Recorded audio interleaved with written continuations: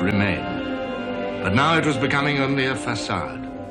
3.5 years of battle had crumbled away the living walls that had once solidly lined the front from Switzerland to the sea.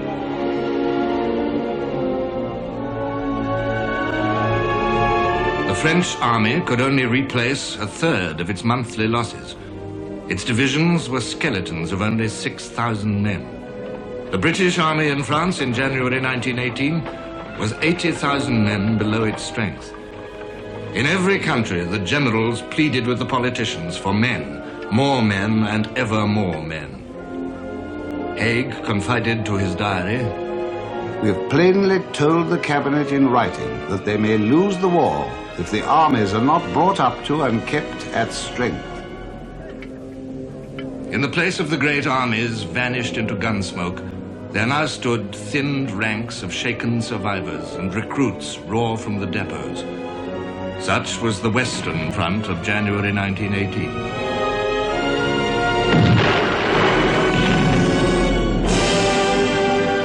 In the East, there was no longer a front at all.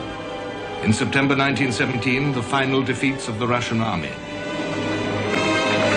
In October, revolution and a communist government. In December, an armistice and peace talks. Hindenburg wrote, "Under our last blows, the Colossus not only trembled, but split asunder and fell." After 4 titanic campaigns, the Eastern Front was silent. The peasant millions of the Russian army would march no longer as allies of the French and British. From now on, there was only one major front, the West. Russia's fall had transformed the war. Germany's problem of manpower was solved for the time being. Now the Allies, not Germany, was struggling against odds. Hindenburg rejoiced. For the first time in the whole war, the Germans would have the advantage of numbers on one of their fronts. We were now in a position to concentrate an immense force to overwhelm the enemy's lines at some point of the Western Front. Every German instinct was in favor of attack. Ludendorff wrote, "The army came victoriously through 1917. But it had become apparent that to hold the Western Front purely by defensive action could no longer be counted on. Against the weight of enemy material, the troops no longer displayed their old stubbornness. They thought with horror of fresh defensive battles and longed for a war of movement. The German soldiers had fought the Russians at Tannenberg and Gorlitzer Tarnov.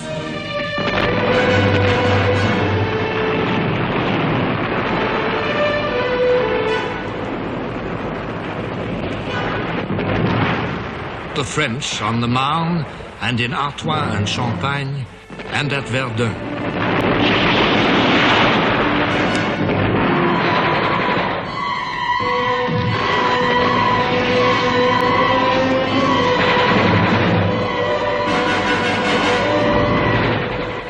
They had fought the British on the Somme and at Ypres.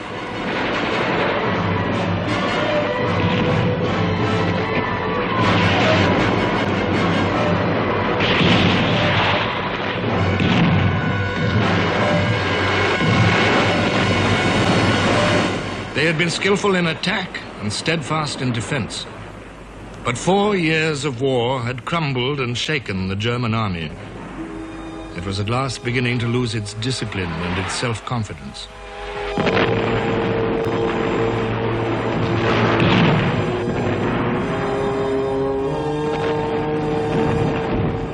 The words "Gott mit uns," God with us, were inscribed on the buckle of every German soldier's belt. Did he still believe it? Ludendorff wrote, Loss through desertion was uncommonly high. The number that got into neutral countries, like Holland, ran into tens of thousands, and a far greater number lived happily at home, tacitly tolerated by their fellow citizens and completely unmolested by the authorities.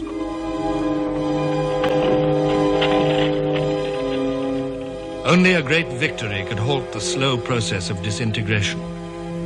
In Ludendorff's words, In the west, the army pined for the offensive. Week by week, Allied intelligence officers verified the remorseless increase of German divisions in France and Belgium as the crowded trains rolled in from the east. It was estimated that by the spring of 1918, the Germans would be stronger than the French and British by 200,000 men. These were the statistics of catastrophe. In December 1917, the French commander-in-chief, General Pétain, calculated that in 1918, the Allies would face 200 German divisions in the west. Germany will be able to hold her line with 100 divisions. She will thus have another 100 available for a great spring offensive. We are on a tightrope. Only the Americans could fill the colossal gap in Allied ranks opened by Russia's collapse. In December 1917, there was only one American division in the line. It was hoped there would be 18 in 7 months' time. Could the British and French, tired, thin on the ground, hold off a desperate German onslaught long enough for the Americans to tip the balance forever against Germany? The Germans, too, asked this question. Only time that none could measure, stood between them and the United States Army. Hindenburg weighed the somber chances. We had a new enemy, economically the most powerful in the world. An enemy possessing everything required for hostile operations, reviving the hopes of all our foes and saving them from collapse while preparing mighty forces. It was the United States of America, and her advent was dangerously near. Would she appear in time to snatch the victor's laurels from our brows? That and that only was the decisive question. Time was Germany's enemy. Time was her enemy because of the Americans. Time was her enemy because her allies were on the verge of collapse.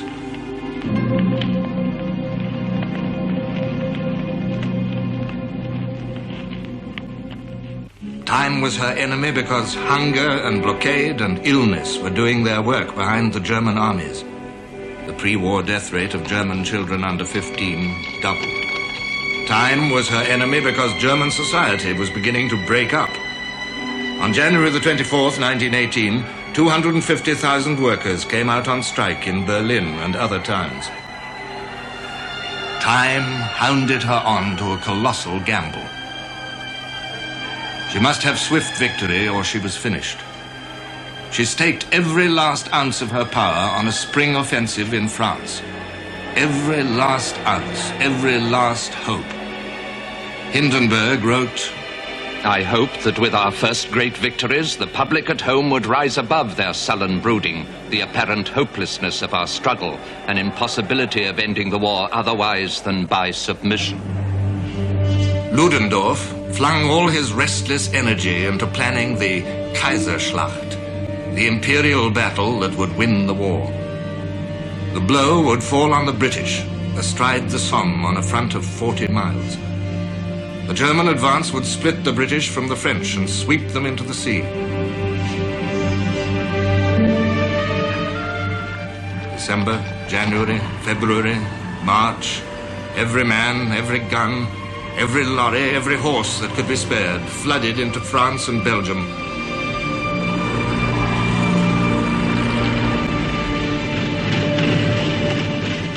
From generals to privates, the army was trained for breakthrough and pursuit. The objective of the first day must be at least the enemy's artillery. There must be no rigid adherence to the plans made beforehand. The fastest, not the slowest, must set the pace.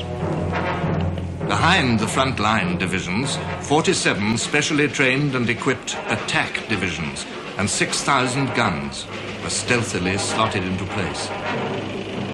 On March the 10th, Hindenburg issued the final order for Operation Michael.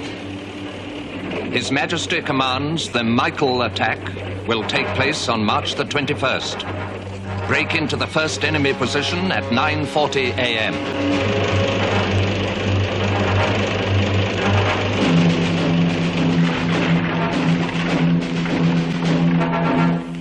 Haste, desperation, supreme effort. The German soldiers were infused with a sense of destiny.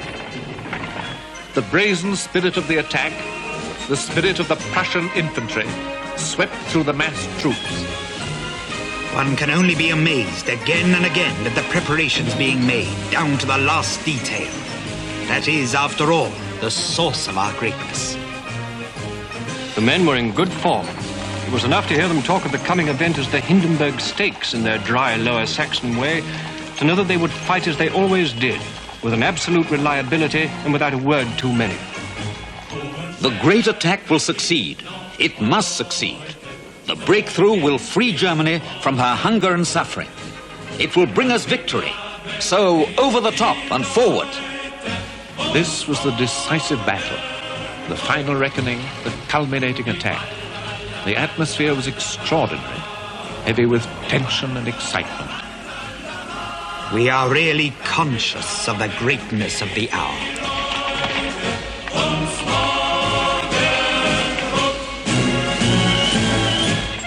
On the other side of no man's land, there was also desperate haste. The British and French trenches had been only jumping off lines for past offensives. Now, under the threat of the German onslaught, they had to be converted in a few weeks into deep defensive systems. Not enough men to dig trenches and lay out barbed wire. Not enough men to fill the defenses. Not enough time to rest the survivors of the battles of 1917. Not enough time to train the scanty reinforcements. The French and British looked towards Germany and wondered how long they would be given.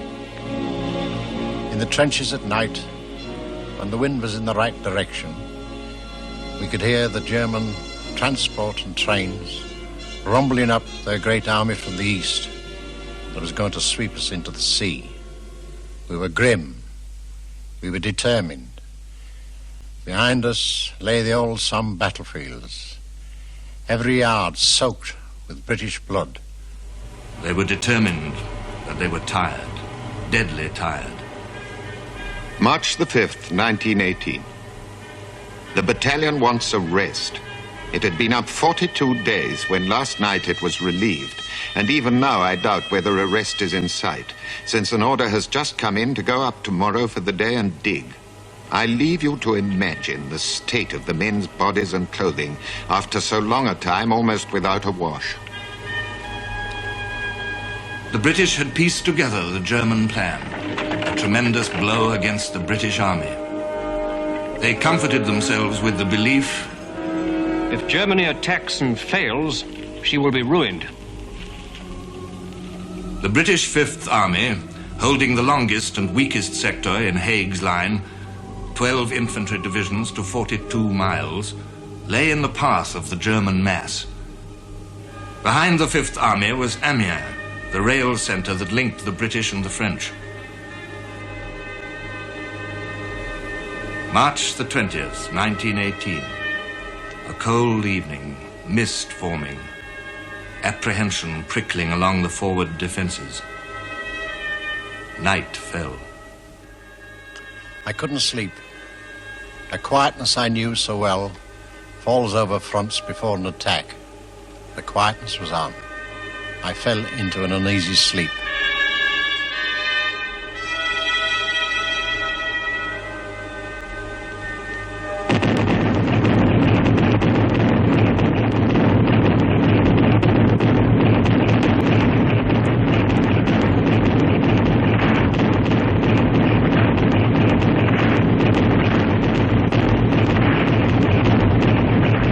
Stroke of 4:40 a.m., March the 21st, 1918, the German guns fired together all along the fronts of the British 5th and 3rd Armies.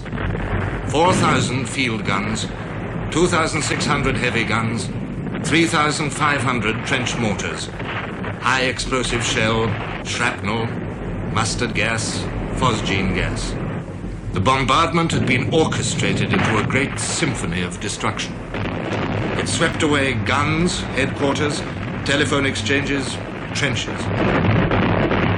The amount of firepower by the enemy was so great that those who aren't gassed or suffering from the effects of gas would be numbed by the shock of the continual bombardments. The bombardment was concentrated into only 5 hours. The German gunners worked with the speed of frenzy. It was like the end of the world.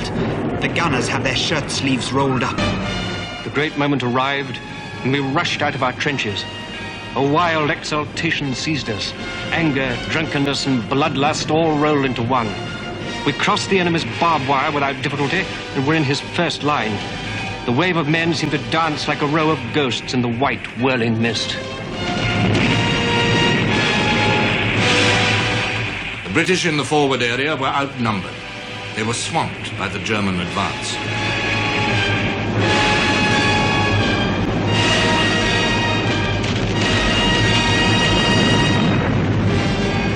By the end of the day, the Germans had smashed gaps through the British defense into open country. British heavy artillery was dragged from long static positions in the rear and hauled away westwards. The British front trembled or crumbled beneath the weight and force of the German tidal wave.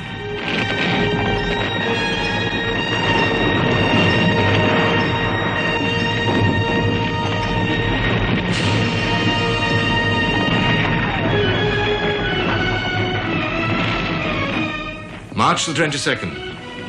Disintegration and collapse. The Germans flooded through the British defense system all along the front of the Fifth Army and on part of the front of the neighboring Third Army. Haig wrote in his diary, At 8 p.m., Gough telephoned. Parties of all arms of the enemy are through our reserve line. I concurred on his falling back and defending the line of the Somme.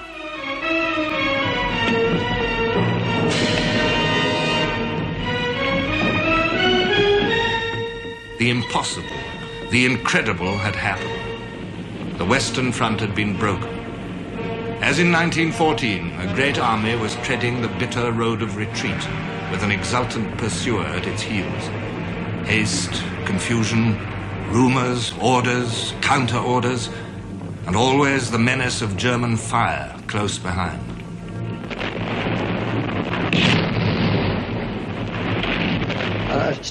One of our staff officers rode up on his horse and said, "Now, men, I want you to stand firm on this hillside. You've got a good position, you should be all right." But the men didn't take any notice of him whatsoever. They began to stampede. And they said, "We've no chance, sir, we've got no chance whatsoever. The Germans are coming up, they've got tanks." And so he started appealing to our regiments. And he said to me, I was at the side of the horse, he said, "Men of the East Lancashire Regiment," he said, "now you've got a very good reputation." So I thought, well, it's not much good here, is it, sir? And just at that moment, a German tank came up the hillside from the village, come up the hill, and started firing. Well, that started it. The staff officer on his horse got off his march as quick as he could. March the 23rd. The retreat went on. Peronne fell.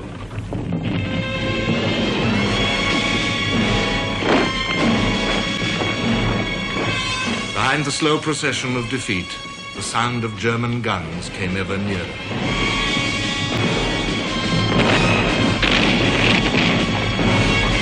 Along the road, a slow stream of traffic was moving towards Bapaume and beyond.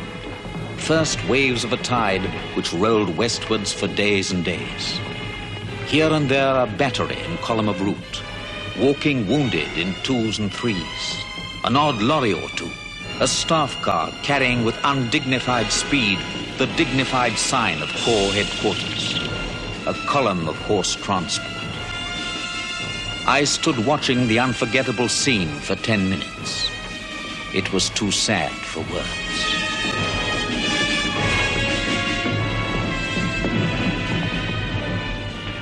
March the 24th. Bapaume fell. A gap grew between the Third and Fifth Armies. The Fifth Army was now only a thin screen of stumbling, exhausted troops. The Allies faced disaster.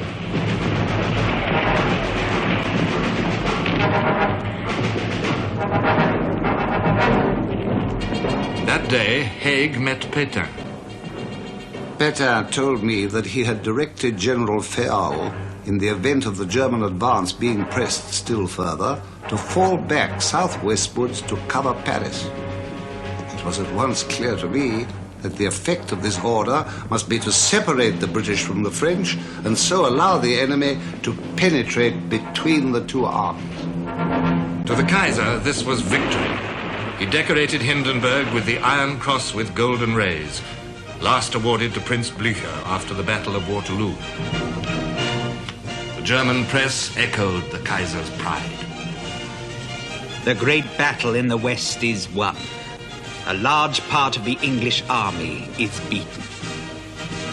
But Hindenburg realized that the Germans were only halfway to victory. Whole sections of the English front had been utterly routed and were retiring apparently out of hand in the direction of Amiens. If the town fell into our hands, it was possible that the strategic and political interests of France and Britain might drift apart. So forward against Amiens. The Kaiserschlacht, the imperial battle, raged on. The line of gunfire crept ever nearer Amiens. Each side threw every man and gun into the struggle.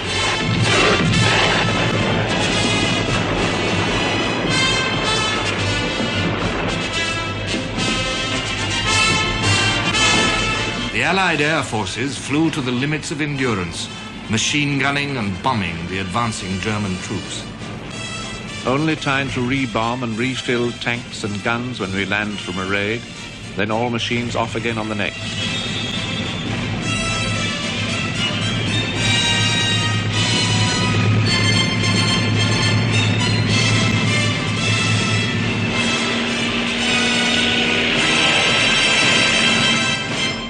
Only the airmen could scan the whole panorama of battle. The country presents an extraordinary sight from above. Columns of dense smoke going up to 8,000 feet from nearly every town and cottage. Enormous fires from burning stores and dumps. Shells bursting every few yards. Columns of our troops retreating along all main roads and stragglers tramping westwards across the fields. Still, the retreat went on. I think we were past hope or despair. We regarded all events with an indifference of weariness, knowing that with the dawn would come another attack. Once again, civilian refugees abandoned their homes and fled from the enemy. On the road, the flood of refugees was tramping along in the midst of a cloud of powdery dust that settled on every one of them. The air was filled with the squeaks of carriages, the smack of whips, and the jingle of cowbells. Under my office window in the city, there passed this morning as fine a body of men as one could wish to see. They were a draft marching to the station en route to France. The wives and sweethearts of some marched with them. One couldn't watch these sturdy young fellows marching to face the terrors of war without a sense of inexpressible pride.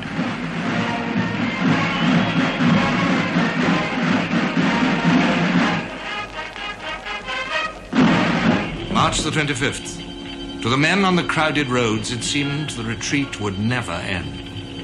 In the words of a gunner, we were on the move again, with real dismay in our hearts. Officers were ordered to use their revolvers, if necessary, to check panics. March the 26th. Now the armies were fighting in the wasteland of the old Somme battlefield of 1916.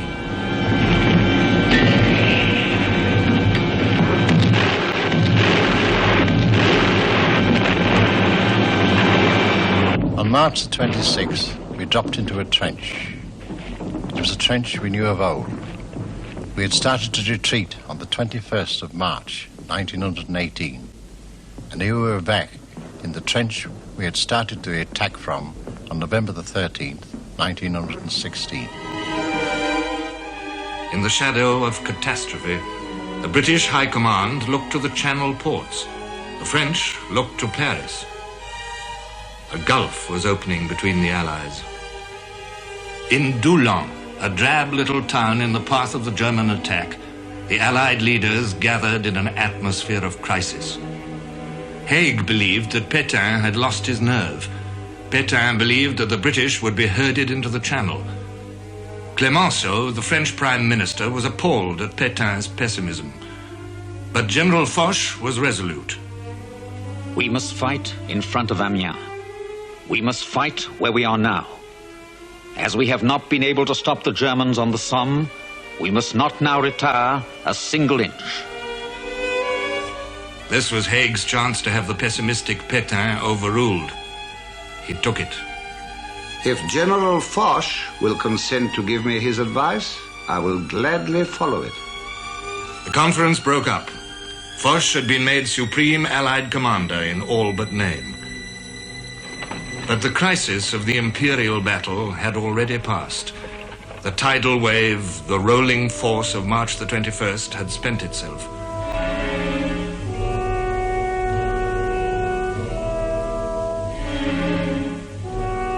"5 days of marching and fighting without relief. 5 days short of water, without proper sleep.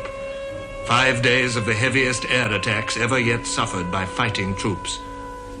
The German soldiers knew that the life and death of the fatherland were in their hands, but they could do no more.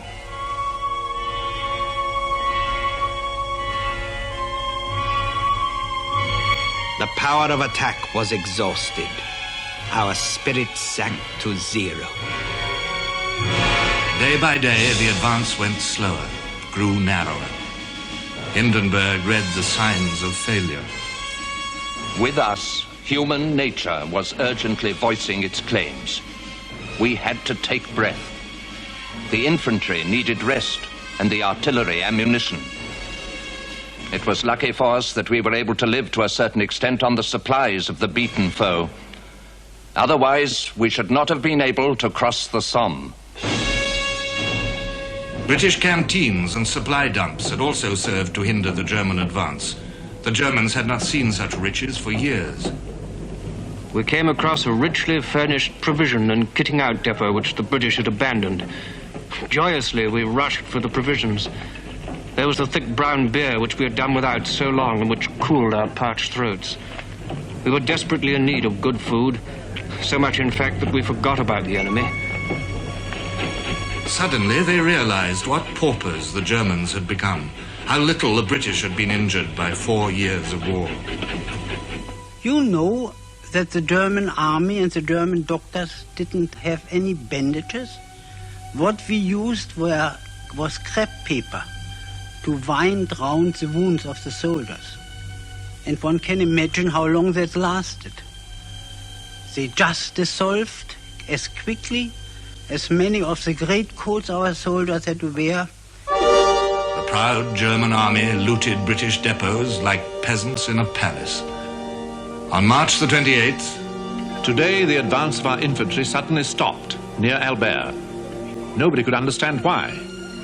Our airmen had reported no enemy between Albert and Amiens. I jumped into a car with orders to find out what was causing the stoppage. As soon as I got near Albert, I began to see strange sights. Men dressed up in comic disguise. Men with top hats on their heads. Men who could hardly walk. The advance was held up, and there was no means of getting it going again for hours. That our troops did not achieve all the success that was possible was due above all to their not always being under the firm control of their officers. They had been checked by finding food depots, and valuable time had thus been lost. The Germans grew weaker. The Allies grew stronger. Since March the 25th, a French army of 7 divisions had entered the line, and another was marching up fast. There was a whole fleet of trucks sent to carry off the entire division. There could no longer be any doubt. We were about to go to battle. Our life was a constant turmoil for the next 2 days. We were going day and night, halting and then moving on again shortly after halting. Haig had drained the rest of the British front to bar the road to Amiens. By the end of March, the great retreat was over. We got to Ham eventually. There was the biggest town there was there, outside St. Quentin. When we got into there, nobody knew anybody. There was no such thing as a battalion. You're a nondescript pile of all sorts of regiments. Bits and pieces, anybody at all. Sanitary people, cooks, everybody. They're all in it. April the 5th. Disappointment in German hearts, weariness in German bodies. They strove for the last time to break through.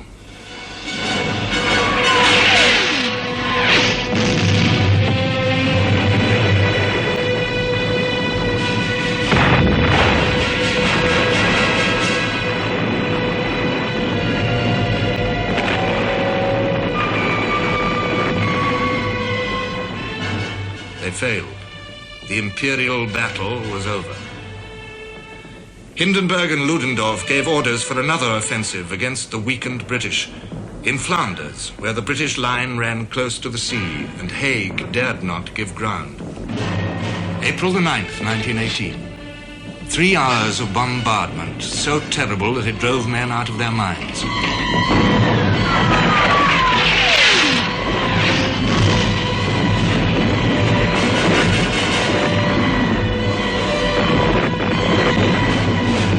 Then the attack. Only half the number of men of March the 21st. Only half the width of front.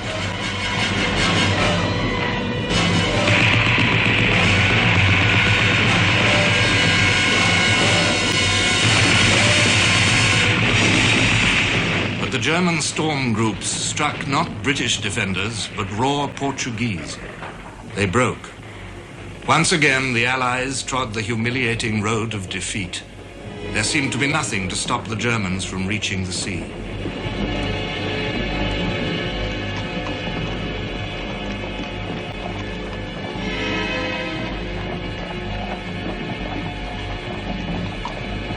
We reached a village called Esters. When we reached it, it was like the Bank of England on a very busy morning, the Mansion House or Staines Bridge on a Sunday afternoon. Or hundreds of vehicles and nothing moving at all.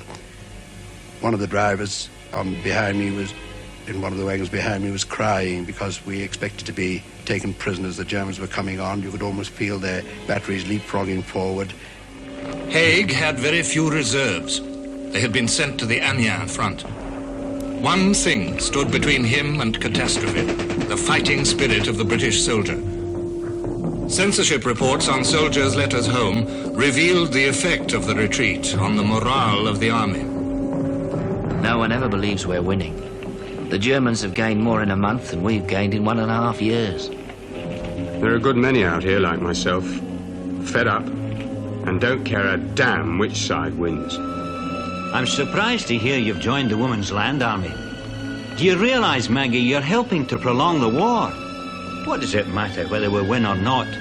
We shall never get it over so long as the women and girls keep relieving men for the army. Only when there are no men left will the war finish. That's the way the lads out here look at it. The men's nerves are gone, and not one man has any stomach for this game. In an order of the day, Haig appealed to the doggedness of the British soldier. There is no other course open to us but to fight it out. Every position must be held to the last man. There must be no retirement. With our backs to the wall and believing in the justice of our cause, each one of us must fight on to the end. The British fought it out. By the end of April, the Germans were again brought to a standstill.